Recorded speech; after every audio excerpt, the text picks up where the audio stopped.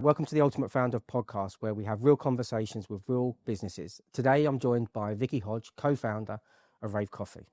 Welcome, Vikki. Thank How are you? Yeah, good. Thank you. Thank you for joining me. No problem. So, RAVE Coffee. Yeah. Tell me about the journey. Our journey started back in 2009 with my then husband, Rob, and he was in telecoms, I was in IT, and we kind of just decided that we were going to move to Australia. We couldn't get a particular visa, so we went on a student visa.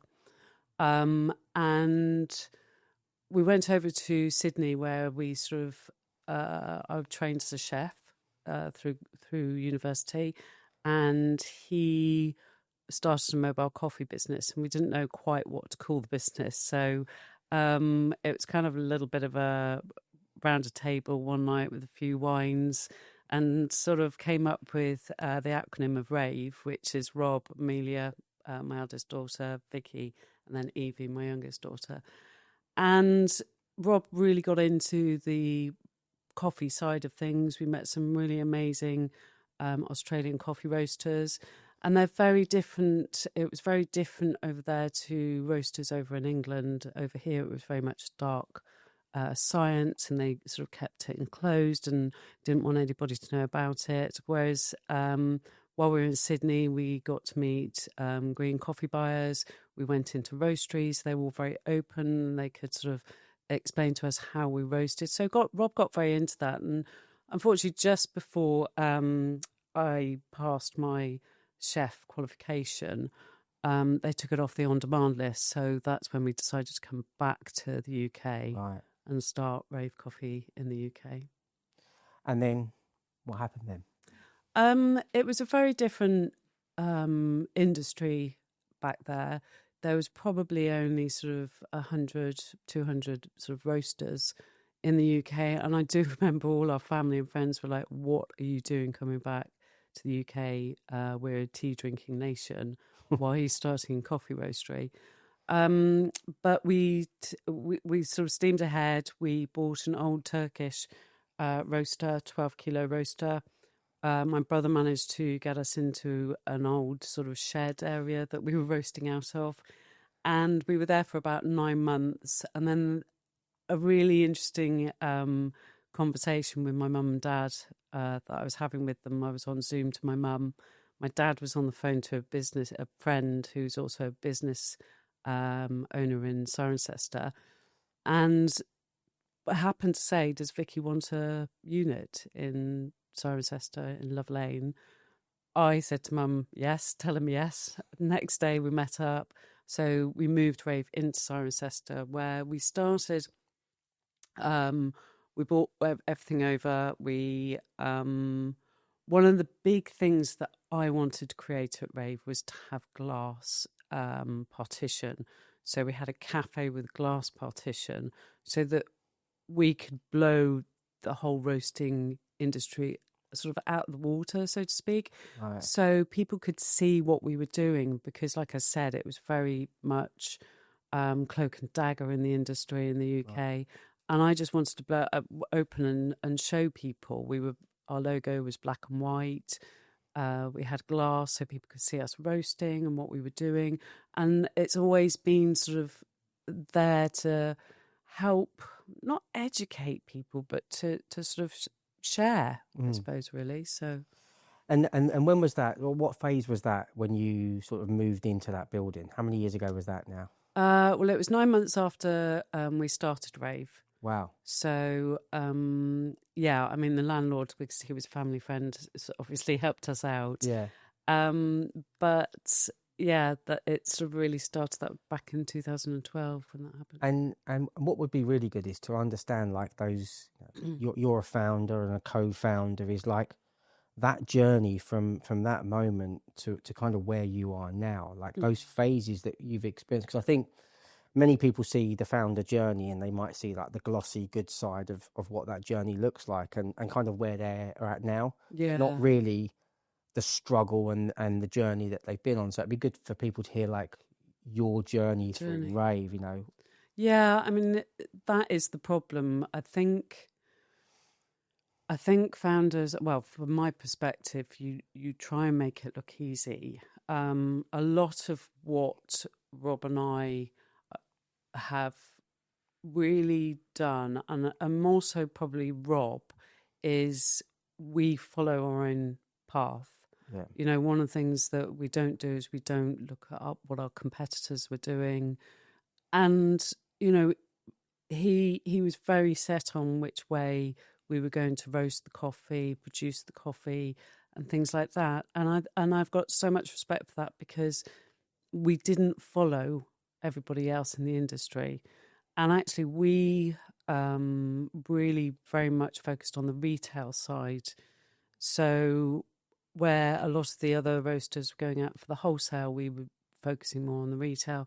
And that really helped when COVID struck, because that was when we were able to be in our element as a business, to grow as quickly as we did. Whereas people were at home, people were now ordering coffee online. And I think that was the big boost that we got. But yes, I mean, it is a really hard journey, and it's quite a lonely journey. But yeah, I mean, the whole sort of last 15 years has been certainly a hard journey. And how many people did you, if you just look at your, the size of your team now, the size of the business, how many staff have you got now? I think it's something around 85. 85. Yeah. So, and when it started out, it was you. It was just me and Rob. Just you and Rob. Yeah. With a roaster. Yeah. In a shed. Yes. And I think the journey of growth, you can measure in terms of when you start to take that people journey, like you bring people in. Like, what's been your journey as you've grown the staffing aspect of it? Because obviously there's a roasting side, but then you've got the non-roasting side, which is the marketing, the finance, all of those parts. So it'd be great to hear kind of from that point, how did you build the team? How did you go about that? It's really funny. It was something that I learned when I was working for a company, and it was very much, I will employ someone with passion, not their skill set. Because passion, if you've got passion, you're going to come into work and you're going to be passionate about your product. You're going to be passionate about what you're doing, and skill set can be taught. And I think I've pushed that through the company all the way through, because, you've got to have passionate people in your business. And our first employee was a chap called Brooke. He came into the cafe twice a day. He was working in a warehouse, driving a forklift, and he was so passionate about coffee that I actually offered him a job. And he worked for us for probably about 5 years, and he was a phenomenal roaster. And so anybody that has actually come to work for me, the interview is based on their passion, either for coffee or for the role that they're applying for, or passion of just sort of building the company with us. And that journey, did you go from like 2 to 5 to 5 to 10? Like, how have you mapped, because I look at it now and go, how the hell did you get from there to there? And because there's so many different parts to the process. It's not like you're selling one product or you are selling one product, but you've got so many different roles in the life cycle of that product. So I'm like, how do you go about thinking about what roles if you've never done it before? Yeah. I guess there's other people that sit there now going, what's the role I'm going to hire for? It's really difficult, actually. I think I've always followed my intuition. Right. I've always gone, right, okay. I mean, a lot of it, cash flow is the big thing, isn't it? Is that it's dependent on how much money you've got, whether you can afford extra staff. And I think it was just, intuitively when to bring other people in. Yeah. But then there's also that sort of double-sided part of that, of like being a co-founder or being a founder is you still want control, so you don't give up. And I think that's the key to it, of just, working. I mean, neither of us are overly business-minded. Rob deals with the sort of roasting side of it, and I deal with the sort of more finance and that side. And I think as founders, you cover all bases, But it gets to a point where you think, actually, I can't cover one area, so that's time to employ someone. Yeah. And if you was to advise someone that's going on that journey now and looking at sort of that hiring process of bringing someone in, like, what were the first few roles that you had to bring in, if you can remember that? Yeah. Yeah. Like I say, a roaster was the first person. Then it was production and dispatch. But, what you're talking about is in the first sort of 3-4 years, we didn't have enough capacity or enough orders to quantify getting people in, because myself or Rob could do it. So I think, it was very much sort of roasting, production, dispatch. Yeah. Then it started to get more admin. We needed an admin person in. Then we started to grow and think, well, hang on a minute, we didn't really focus on marketing until David joined us back in 2020. So Rob was doing a little bit more of the marketing side of things. So it just evolved, I think, really. There isn't like, and I always say there's never like a blueprint for this. There's no, and I think there's a lot of people out there that sell a blueprint or a framework that there fundamentally isn't. It's kind of figure it out as you go along, and make mistakes. I think that's just the journey, and I'm really sort of anti blueprint frameworks because there isn't one. No, and it's interesting because you sort of say mistakes. There are no mistakes to be made. They're all just, what did you learn from that? Yeah. I don't believe in failure. I don't believe in mistakes. It's, okay, yes, it didn't work. So what did I learn from it? And next time, what will I do different? And I think that's probably one of the key qualities that, we have at RAVE is to not be afraid to go, I messed that up. Yeah. To actually go, but what did I learn? Let's do this different next time. You have a very reflective nature, I think, in the way that you lead the business. From my own experience, that reflection, I think, sometimes gets really overlooked when it comes to company. I think it's always very much move on to the next thing. Yeah. How do you use that yourself? I know very much your own personal development side of things. Like, the reflection element is a big thing for you, isn't it? It's huge, absolutely huge. Because I think, a lot of people don't take accountability for themselves. Yeah. And I think we all need to very much look within ourselves to go, okay, was that me or was that someone else? Because I think sometimes it's very easy to blame someone else, but actually, I'm just very much a person that will go, right, what have I learned? What do I need to improve on? And how can I do it better next time? And do you think that's like just part of the experience of going through the journey, or do you think that's something that's naturally ingrained in you? I think it's partly going through a journey. Yeah. I think it's self-awareness. Probably if you'd asked me when I was out here and I was 30, I'd say no.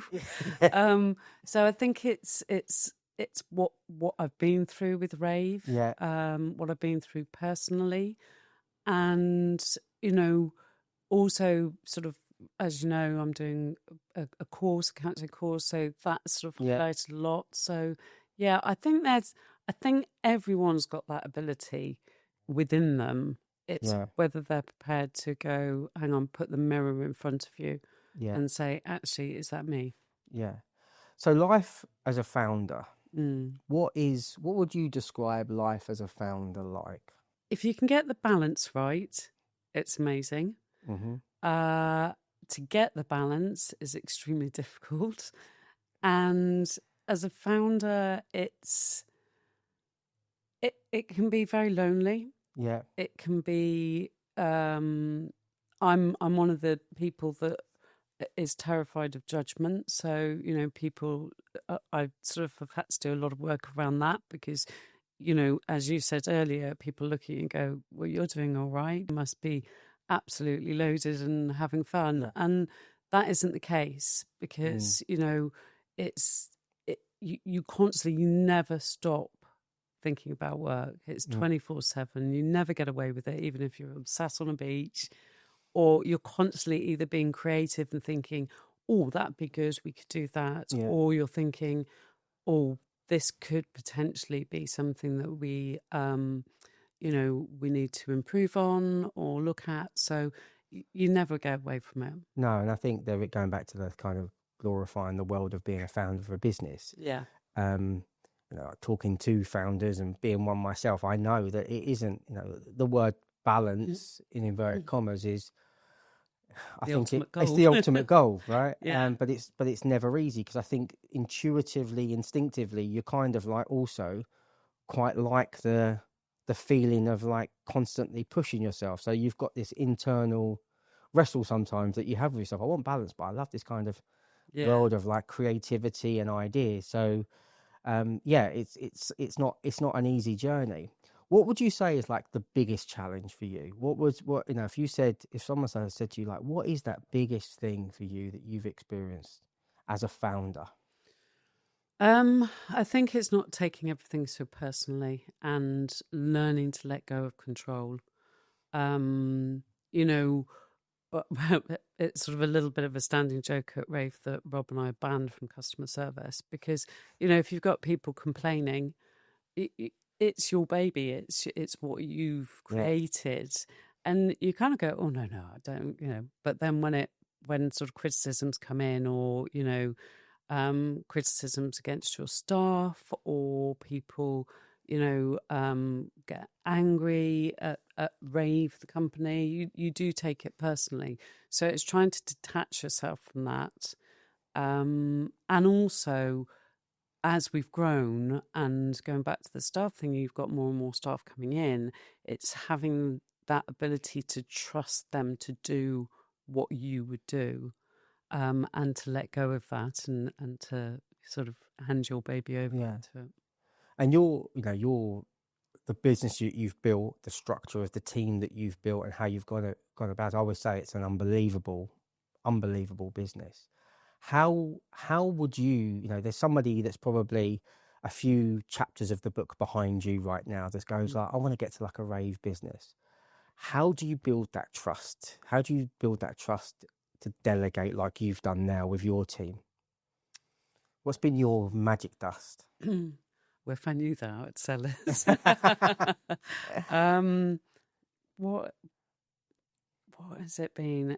It's again probably working with the team and just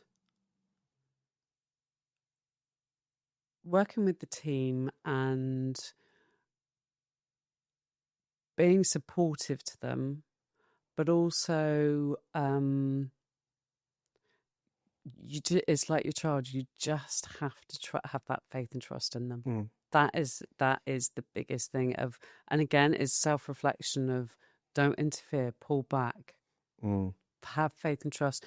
So what if they get it wrong? There is no wrong. What have they learnt from it? Yeah. And I think that's been my biggest. That's the gold dust. Just that faith and trust. Yeah. And where does the like looking at RAVE now and looking at the future? Where do you see the future for you, for the business? Have you got a vision that is like, because everyone talks about these kind of North Stars of this world. Some people, sometimes I wrestle with having a vision, but actually I just need to think about today. Yeah. So, and I know the conversations that you and I have at quite a deep personal development level. Yeah. It'd be good for you to get your take on like a vision versus where you're at now, because I can think it can overwhelm founders. Yeah, I think what I've learned sort of in the last sort of few years is that don't look too far in the future. Have an outcome, have an outcome of what you want. And I say this to my guys when they go in for a meeting. They'll ask me how I prepare for meetings, or they'll be like, oh my God, I'm really stressed about going into this meeting. And I'm like, have your outcome. So if you want to get something out of the meeting, go in there hoping for that outcome. But you can't control the middle bit of it. You don't know where that conversation is going to go. You don't know who will bring what up. Yeah. And I think that's the same with vision. It's I've got an outcome. I've got I would like this to happen.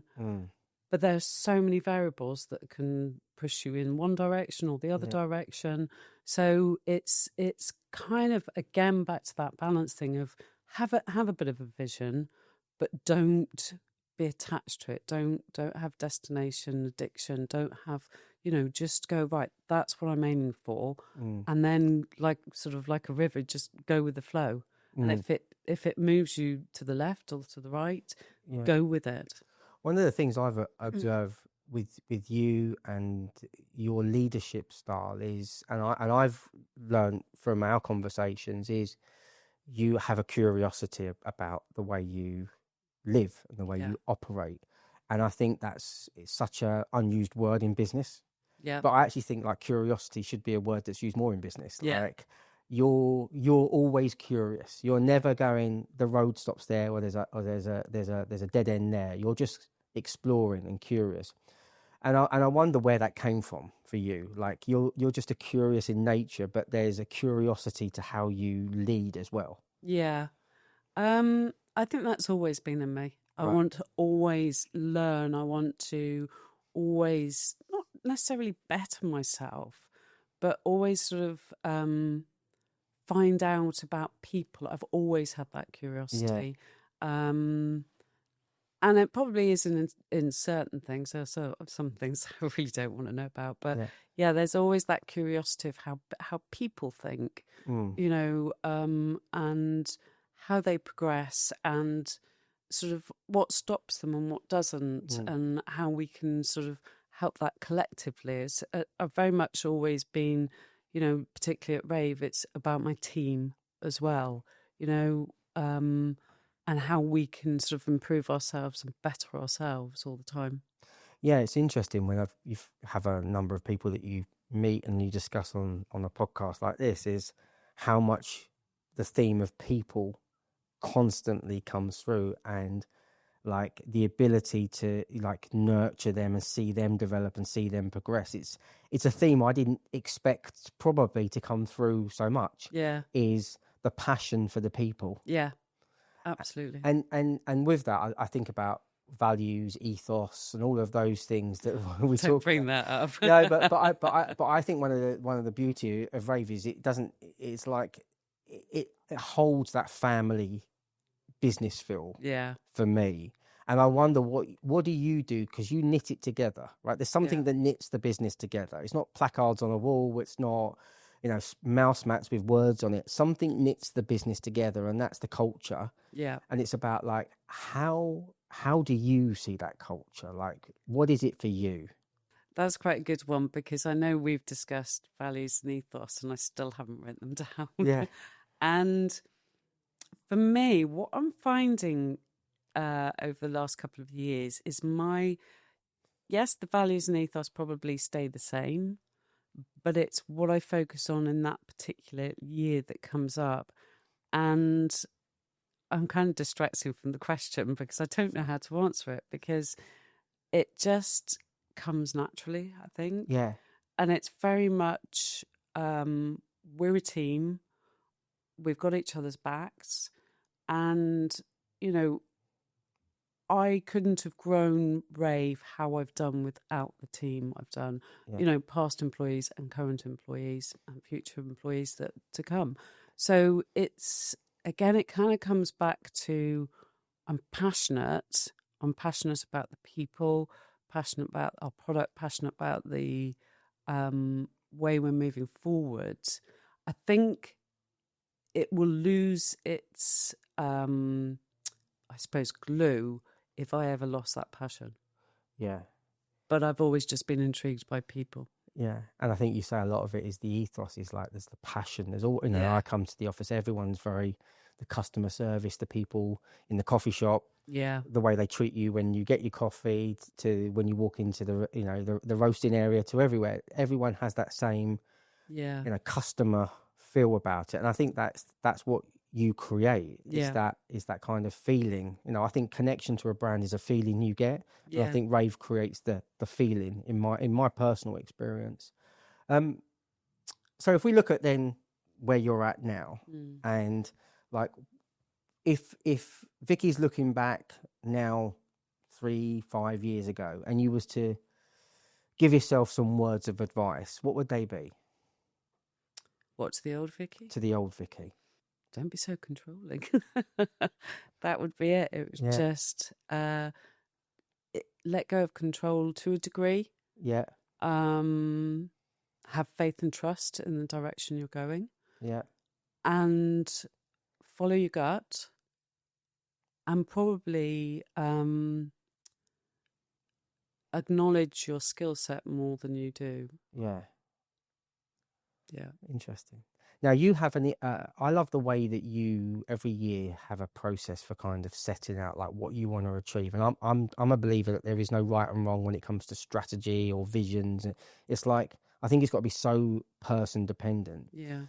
You know, we sat down last year. You'd set out kind of what you wanted to achieve, and then again this year you've done a similar exercise. Because it's so kind of different to what you would if you was to go and do an MBA at Harvard. They give you all these kind of theories around business strategy. Like you have an approach that you take. Yeah. And I think it'd be worthwhile for people to sort of hear your thinking around how you go back, because I love it because it's different. Yeah. So, you know, what's your approach to how you set out your year ahead for the company? It's more about it sounds a little bit sort of woo woo out there, but I usually sort of whiteboarding something, Yeah. and all of a sudden it will just come to me, and you know, it's more what do we need to learn from last year? What can we improve on? Yeah. And I think, you know, last year I sat down, I think it was responsibility, accountability, and those are coming into this year, but also, you know, I've always said communication is key. Yeah. So I think there's more development on our software on communicating, and taking responsibility of projects and where we're going. So it's whatever feels right at that point in time. Yeah. So it's not like there's this kind of strategy planning method, which No. I love. It's very much about what you're feeling. Yeah. And then you turn that into words, which are like, some of it's behaviors, Yeah. some of it's non-negotiables, Yeah. but there's what I would say is you create a theme. If I was to turn it into some textbook kind of businessy stuff, Yeah. is you create a theme for the year. Yeah. Like around these are the themes I want to see is like better communication, more responsibility. And then that turns more into some tangible actions. Obviously underpinning that, we have a cadence of running the company. Like there's a monthly board meetings, you have your management meetings. And I think that testament to you how disciplined you are around that process as well. Yeah. Obviously we've spent some time working together in the last sort of 15, 18 months, I think now. It would be great to hear a bit about your experience and how you've found the journey as being sort of partners, I would say, like, you know, working together. Oh, I think it's been fantastic. I mean, I think I ignored your calls for about three times, didn't I, for meetings or what have you? And I was like, oh no, I can't be dealing with that. And then I think we spoke, and I was just at the point of I'd just been sort of made managing director, and I had no idea what I was doing. I didn't know whether I should suddenly don this suit and do strategies and things like that.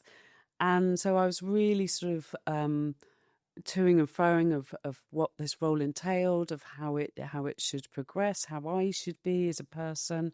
So I think that's really when sort of you came and we had a chat about it. And actually, I think it was really good because you're like, no, just keep doing what you're doing. But obviously, you've brought into the company sort of some strategic sort of guidance. You've helped me build my confidence and sort of given me a direction with the team. Set targets, quarterly targets for the team. I was struggling with slightly being overwhelmed with this extra responsibility that it isn't even an extra responsibility now. And I was struggling with it's a very male orientated industry. So as a woman, being a managing director is probably one of my achievements that I've always, like I said, had up there. Yeah. How I was going to do it, I never knew. And so being in a male oriented industry, and there is still out there that male dominance in that sort of role. So I probably had slight imposter syndrome. Yeah. So I think where you've given me that sort of confidence to say, no, you're doing the right thing, going in the right direction. And just for, I guess, for other people, and I think it's really important that, you sharing that, where was, in terms of size of business by then, because some people feel this at £500,000 of revenue and £1 million of revenue. Like, and not that you haven't want to share numbers, but in terms of the scale of the company, where was you at that point? What, being made MD? Yeah. I think we were around about 7.5 million. Yeah. So those, the point for me is no matter where you're at in the journey, the same emotional feelings come in at those points. There are people that when you're sitting there at 1 million, looking at a 7 million or £10 million business, thinking they've got it all made. Yeah. No, not at all. No. and my experience is, no, it doesn't matter. You go from 10 to 15 to 20 to 30. Yeah. All of the same problems reappear at a bigger level. My thing is, if you skip any part of that process and you don't experience, we don't use the word mistakes or failures, but you don't experience the pitfalls. Yeah. You're not setting yourself up enough for that next phase. Yeah. The next problem will be bigger. Yeah. And I think you've navigated it, and Rob as well, in terms of the co-founders of this business. Yeah. Unbelievably well. So obviously the theme for my podcast and the conversations is around this aspirational identity of like the ultimate founder. What in your idea, your curiosity, is that ultimate founder? If you was to describe that person or those traits, what would they be to you? I don't know, actually. I think I don't know. That's a really difficult question to answer, actually.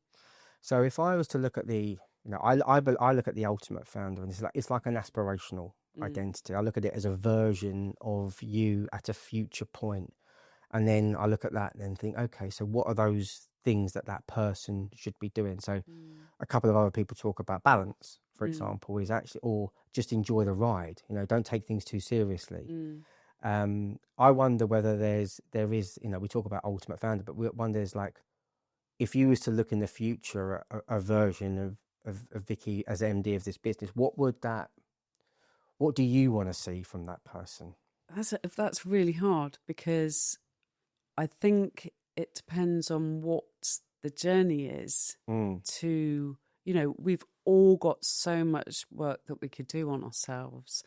And I think to get that person, there's going to be so many different ways that it will go. So I don't think there's actually anything that I could pinpoint and say, oh, but they've got to be this, they've got to be that, they've got to be, yes, of course, they've got to be balanced, and, detached, possibly. But then again, it's kind of like, you don't want to be too detached on something. So I find that very difficult to answer. And would you say then, if you look at the holistic view of a founder, yeah, there are many dimensions to it.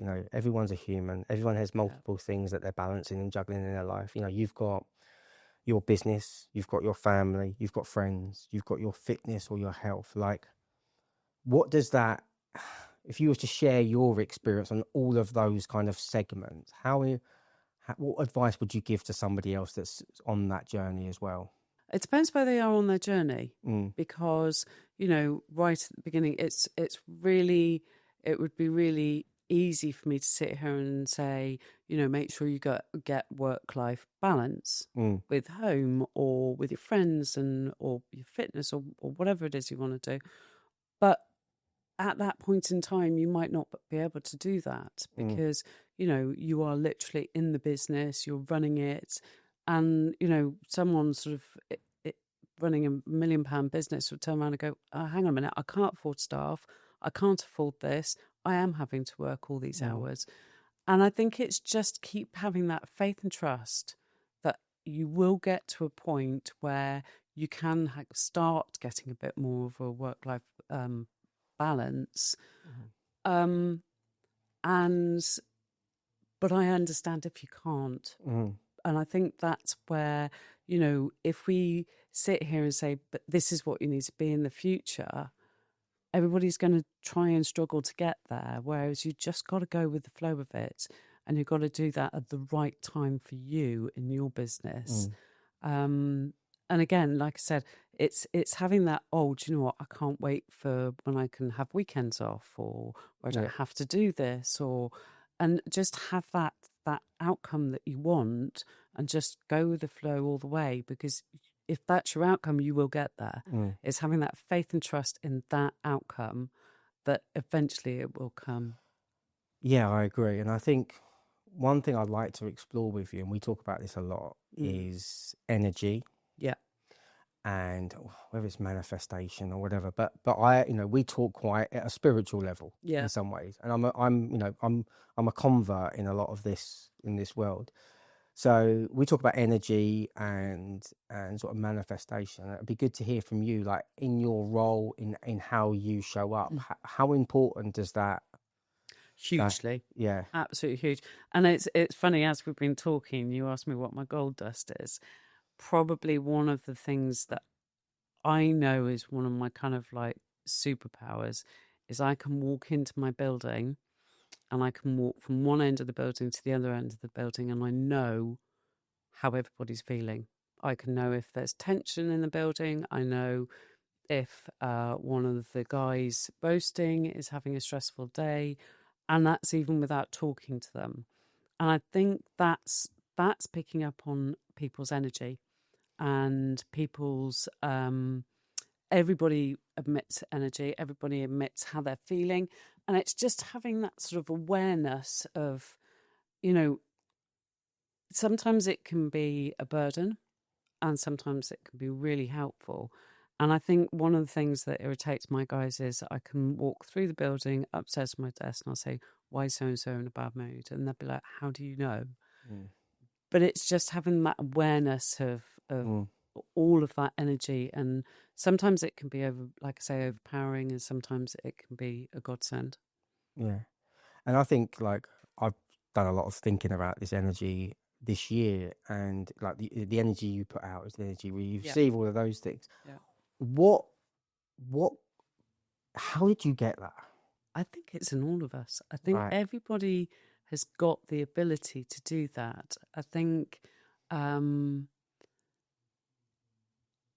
everybody's got the ability. It's whether they're aware of it and whether they want to do that. I think it's being empathetic. It's being aware, and it's just kind of I don't know. It's hard to explain. Really hard to. Do you think you have to go through some kind of cycle of something to then go, there's a different way of experiencing things in life? I think it's just becoming aware of it. Okay. Listening to something like this and going, what's that about? And then having that curiosity to go and read about it, or to talk about it, or to actually sort of test it. Yeah. And I think, it's just being very self-aware. Yeah. Final question for me. If there's one lesson that you could share with anyone that listens to this podcast about your journey of business, your journey as a founder, what would that one lesson be? Don't give up hope. Focus on that outcome, but don't be fixed about it. Go with the flow, and just keep faith and trust in what you're doing, and don't think of things as mistakes or failures. It's like a lesson. It's a little bit. I was listening to a podcast the other day, and the guy was explaining that life is like a computer game, and if you get to the first level, or if you're creating a computer game and you sort of get to the first level and then it says game over, but we have this innate curiosity to go further to the next level. Well, look at life like that. If you need to take a break and come back to it, great. But it's never a failure. You get past the first level, carry on to the next level, and always have that curiosity and excitement and passion to get to move forward. Brilliant. Vikki, thank you very much. No worries. Thank you. Yes, thank you. Very much.